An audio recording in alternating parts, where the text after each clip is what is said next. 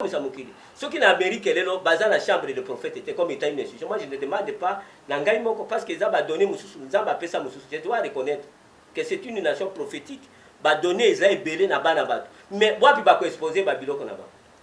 Comme moi, Nazana va donner aux Abapesanga. Ils allaient n'a pas exposé en Guapi. Parce que Thérèse a miné dans beaucoup de Satan, nous avons servi la démocratie. Parce que quand on n'est pas dans les royaumes de Dieu, on est dans les royaumes de Satan. Il n'y a que deux royaumes. La monarchie, l'autocratie, la démocratie, tout système politique, où il y a qu'on reconnaît la souveraineté en Zambie, et ça satanique.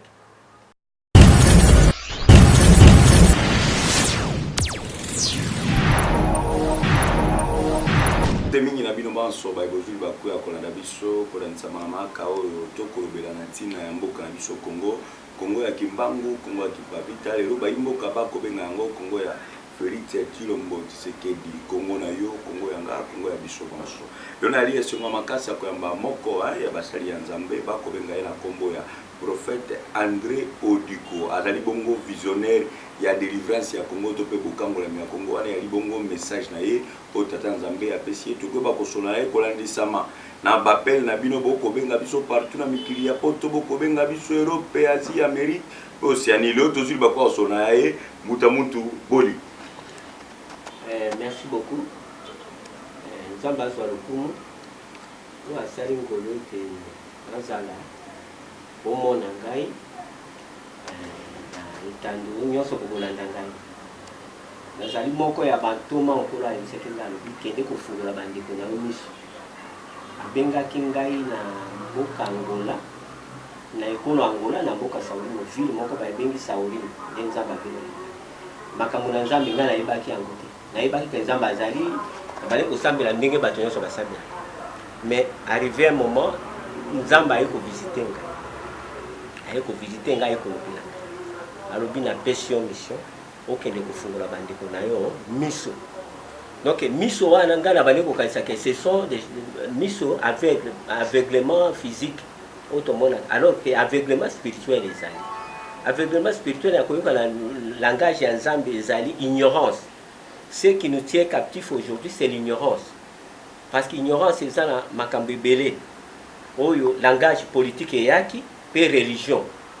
Il y a deux catégories où ils allaient maintenir l'esclavagisme. Donc, nous avons bataillé que le Congo ici sera une nation puissante. Moi, il y a la référence à Mokili Mobimba. Ce qui va koto saka maloba, oyo na tiekati na yo. Nakalisi ce qui moto nezali ezali. Matonde mosakoli tope moko ya batoma. Ayo koloba okobeta setolbiete. Wali motinda miankolo tatanga mbako tindo ne ngumba ya Kinshasa et puis ngoka Kongo mobimba toloba bongo okoloba bokangola mimisu tope aveuglement mboka Kongo tokotala na volet mibale ndenge ba ilopoto ba koloba la spiritualité ou bien physique oyo ye pona bokangola mboka Kongo bon ça na Nzamba ya kana spiritualité parce que vie ya mutu nyonso ebandaka na esprit ezala mboka. Ce qui te comprend de ma camboka, nazera molimo, de tokolonga. Parce que le problème c'est quoi? L'origine y a ma doctrine étrangère où va me même le christianisme n'est pas un christianisme où ils allaient au lengue soit atiqué la kibiso. Ça c'est un. Parce que christianisme est allé un message à bokangola la solo. Mais christianisme où ils soit atiqué, ils allaient au yoté, où yotoza pour être vrai dans la religion. Mais d'abord le christianisme c'est une doctrine politique par excellence de Jésus-Christ que le monde n'a jamais connu, imité moins encore celui comme modèle. Mais moi je ne croyais pas à cet homme de Dieu là, mais Dieu me l'a parlé. Et dans Dieu me l'a parlé. Parce que le message, même à Papa Simon Kimbangu, n'était pas religieux, c'était un message politique. Le christianisme est comme une religion, c'est quoi? À travers Rome. Par un appel constaté premier de aye ko transformer après avoir ko boma bantoma o yeso apesa ki mokumba ba bomi bantoma nyonso me ba kuma ka ko soki ba yoki mo Kristo ba bomi de appel constaté aye ko tala lokola solution arbité to tia bango na bakota na religion de naissance ya église catholique mais ainsi de suite toye ti lelo to komi lelo kaka religion. mais un homme de kamba ekotela malobi te eza bongo te nde oyokaki ke bareligieux nde batiaki maboko nde akendeki na nini mais ngai comme na bilaka wana comme na moko ya barelegi oyo basalaki na kimbangu baprofetizaki na mama na ngai babi comme biso tokomi na mboka na bino awa message ya kimbangu ekopona te mwana oyo ekobota pendant que mama azalaki ekomba ya mikolo ebele akozala mosali na nzambe akodefendre et lelo ekokisami nzambe aki kobenga ngai na mboka Angola. Alors problème ya Congo ezali na un sur le plan religieux, sur le plan politique. D'ailleurs, le Congo prendra relève ya mission oyo Israël échouaki. Parce que mission ya Congo c'est kotia bokondi na nzambe. Na dimension ya kotia bokondi na nzambe ezali lié na un changement d'un système politique. Donc tout le bail était changement de système politique. Donc l'orenge politique a imbo kana biso kotambola malamu te parce que kolobete eza lié na changement ya système politique. Tout le bail était politique ya mboka nde tota malamu te ya mboka iko kangama ou bien politique ya mboka eza kotambola malamu te pour. À chaque fois naza ko beta sete démarche nanga siko nazali bino bato bozolanda ngala mikili ya bo bozali bana Congo ya solo na yebi démarche nanga na bandi siko ezali nini mise en place ya une institution prophétique olandika malam et une mise en place ya chambre des prophètes comme état une institution ndenge eza ko kambama la ba institution mususu présidence de la République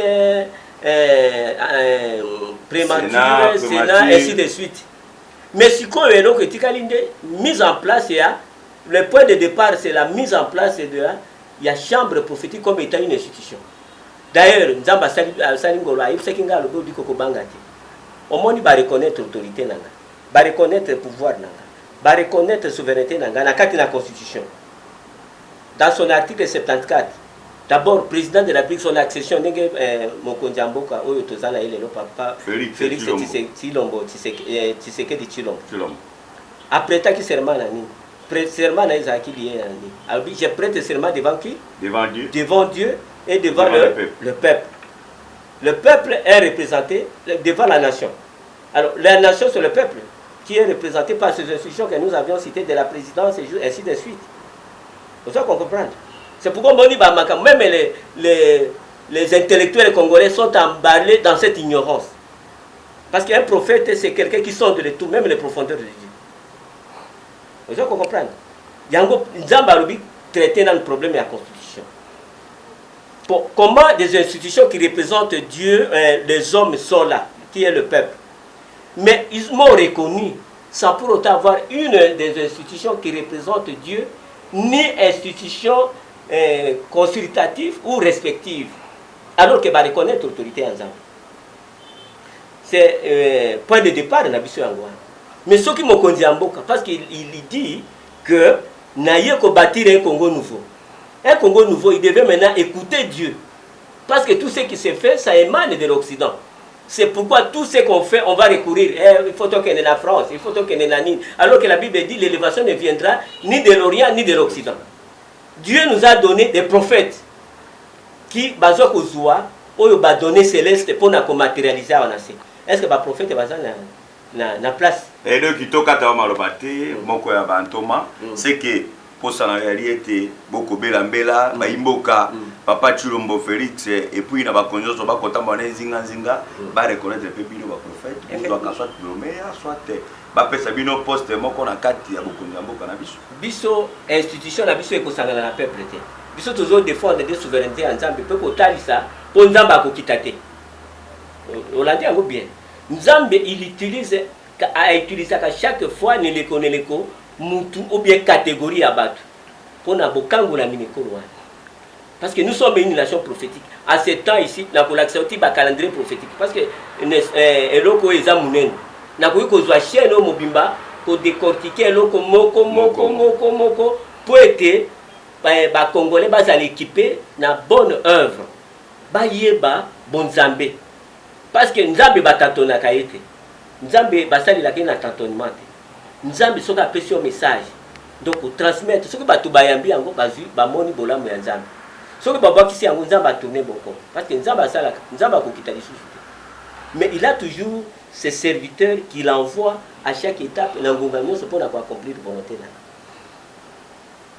nakanisi toyokani place wana na kati yo maloba te mbuta mutu odiko lelo soki bakonza mboka bakotala na télévision balobi no mwana mboka mosakoli André Diko okoya pe mpemepene na biso ozala nzinganzinga na biso topesa yo poste moko est-ce que ozo assuré bango botombwami ya mboka mpe avancement mboka na biso kozala par rapport ya réclamation na bino baprophète mpe bantoma ya nkolo mais yo biso tokotikalaka toujours éternel mpona kopi mpona nini problème na biso nde toza bacopiste toza baimitateur il faut tozala na baidéal oyo ezali ya sika oyo akokamwisa mokili soki na Amérique lelo baza na chambre de prophète était comme état une institution moi je ne demande pas na ngai moko parce que eza badonné mosusu nzambe apesa mosusu je dois reconnaître que c'est une nation prophétique badonné eza ebele na bana bato mais wapi bakoexpose babiloko na bango comme moi naza na badonné oyo nzambe apesa ngai ezali awa nakoexpose yango wapi parce que terrain eza mine na bokonzi ya satana oyo tozoservir la démocratie.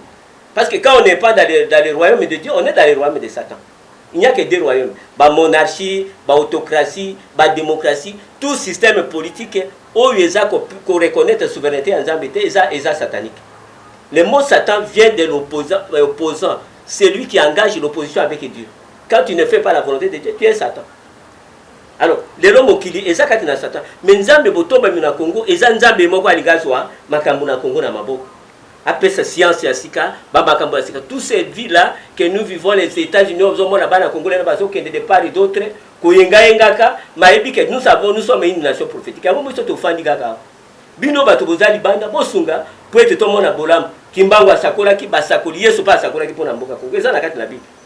Basakoli pe basakola ki. Mais comment ces prophéties devaient accomplir, devaient se matérialiser. Ce qui bato, ngutulu moi et tuka ya bato. O babengi basakoli bamonani na Israël basakoli bazate lokola lelo na Kongo mais photo sangana biso basakoli mutu na mutu apesa donner na ye correct ndenge za bapesi soko ozali to toyebi ke oyo ezate yango te allez oza déclassé o bakosala chemin ya aboutissement ya délivrance ya mboka il faut pas monana parce que mokili nyonso eza na maboko ya Satan lelo tozala problème ya changement climatique mokili eza kolela est-ce que eza problème ya Congo mais Congo ekozala kambo oyo ngana zo bisabini. Donc, bosenga nangai, appui nangai, dans un premier temps, to bandi d'abord chambre des prophètes comme étant une institution. Indépendamment, il y a une institution où ils ont représenté le peuple.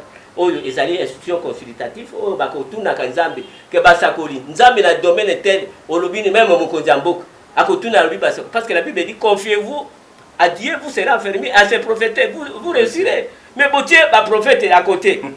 Mais comment cette politique? Alors, tu dois penser à futilité, tu as une université, tu as une Sorbonne, tu as un ange déchu, tu as injecté bango pour Kambakamboka. Depuis 60 jusqu'à ce jour. Christ est à Congo, est-ce que nous avons émergé? Alors, tout ce que si les n'arrive à faire ça, j'ai prophétisé il y a plusieurs temps. Ça n'avancera pas. J'ai écrit même au président sortant. J'ai écrit même à la conseiller qui chef des maisons civiles. J'ai écrit à tout. Il n'y a jamais, parce qu'au comme État, on nous bloque strictement l'accession à ma prophète des athées. Comment le Congo sera en sortie?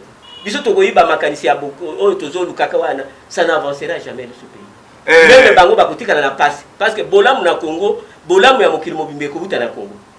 Mbuta mutu André Ntoma na nkolo liloba moko ya suka et puis motuna ya suka bandeko bako benga biso libanda ya mboka motolokola Douglas Kakutalwa bali ebele bandeko power na Suisse ali moko ya ba artiste mboka na biso pe ali banda na bandeko lokola Dakingo Malubota bakoloba ete soko kutana mosakoli ya kobeta tolo na ali moto nzamba tini pona ko fongola miso na ali moto ay pona ko délivrer Congo soki lelo babi bosangisa basakoli nyonso ubie baloba ete olongola nzamba bapaya na mboka na biso ba stratégie ni ozali na yango bongo to bakoshite na to ko tirer mission na biso na pokwa lelo. Merci eza na ko répondre eloko wana na dolenge ebele. Amen. Parce que problème na biso ezali na nini reconnaissance ya bokonzi parce que Bible lobi ke oyo bokangi na se kangami wapi kangami na likolo. Tango reconnaît parce que Israël eloko ebungisa ki bango bonzambe ko boma basakoli. Ko rejeter batonza bazotinda bango pona kopesa bango. mais siko yesu alobaka bokonzi oyo ekolongola bino ekopesa mela libota mosu une nation qui rendra des fruits.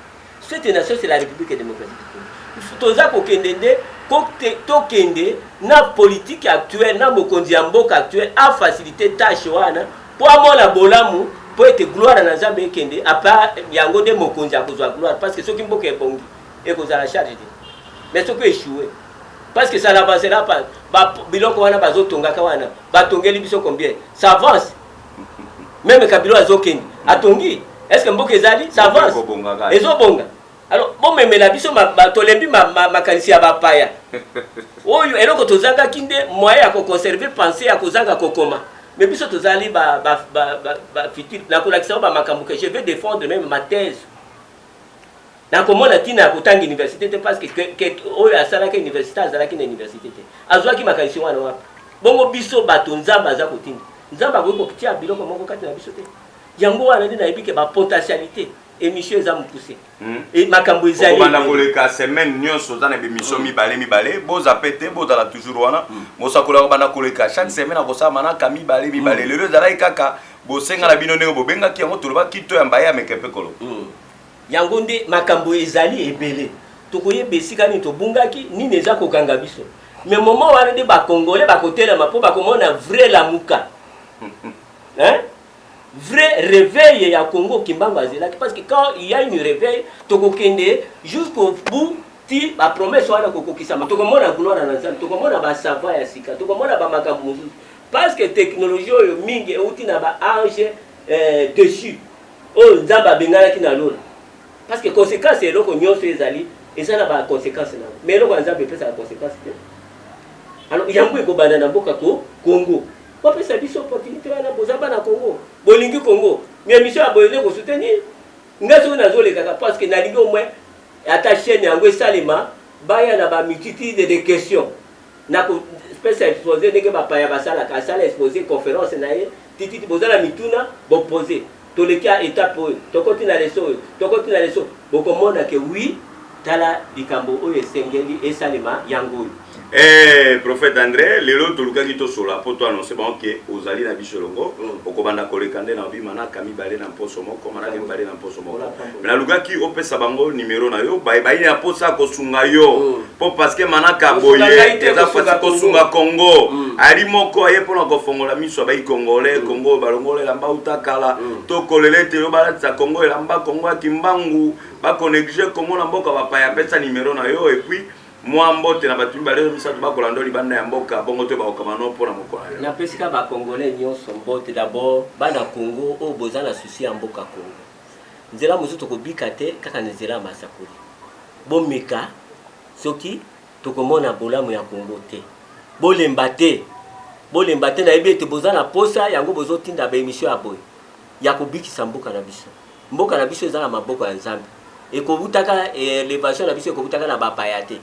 Donc eloko nazo pesa bino nde bosunga mission oyo bosunga Congo na zela mission oyo Nzamba pesi tokomona bofunga na mboka Congo na pesi bino zonso mbote Nzamba tondisa bino na bolingo na ye botika ba magie botika ba biloko wana oyo eko bino bozali peuple congolais azali peuple ya Nzambe peuple congolais tika makambo ya bisala sala na bino Nzamba kosunga biso yango wana na sengi bino yango numéro na ya telefone ezali boyebi code ya mboka mena bandika 081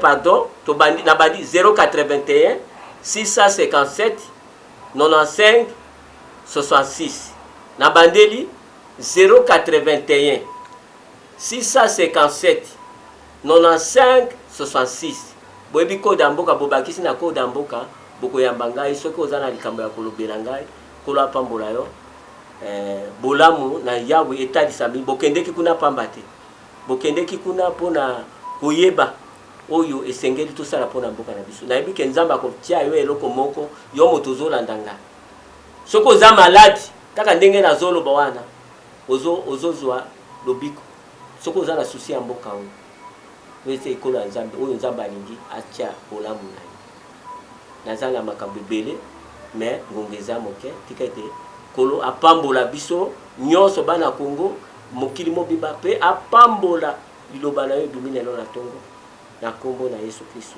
oyo azali kolo mpe mobikisi amen. Tom André topesi botondi na ndenge ondimaki koleka maka. Merci beaucoup ngai mpe napesi bino botondi mingi kolo apambola bino apambola mpe chaîne oyo ekende liboso bamakambo nyonso emonana pole ya Kongo ebima awa mpo namoni kotondisama na posa na bino mpo na mboka mpo na kolinga basakoli parce que Yesu alobaki ete oyo ayambi bino ayambi ngai oyo ayambi ngai ayambi papa donc mpo na kolakisa ete boyambi oyo atindaki ngai kati na chaîne oyo ye moko asoki mpe na baproblème oyo eza konécessité mpona matondi na bainyoso bino bazwaki bakwakola na biso na mikili ya poto na Kinshasa engumba monene na Kinshasa matondi na bakonzi ya mboka na biso makambo ya boyebo soutenir bobenga ye numero ya liona bape baya potsa ko soutenir Congo elamuka kati na pongi bayebele bani na kati ya boyinga na mboka na biso Congo parce que Biblia pe kolobete bayo ngai ba kobunga pona bozangi boyebi Congo mingi bai kobunga pona bozangi boyebi topesi bino matondi topesi matondi bongo na moto ya yambo oya ko tala biso na kati ya masini simbaki masini de kodo bazali sa totombeli be mokolela muna de koboe alaki bongo na technique na assistance bino nyonso honorable Dakingo Malubota bienvenue Ndeko Douglas Kakutalo a boss uli talamaku tokutana bino mbala sima soki nkolo yeso akozonga te tikete kimia mokonzi nkolo eingela mabota wa bino tokuta bino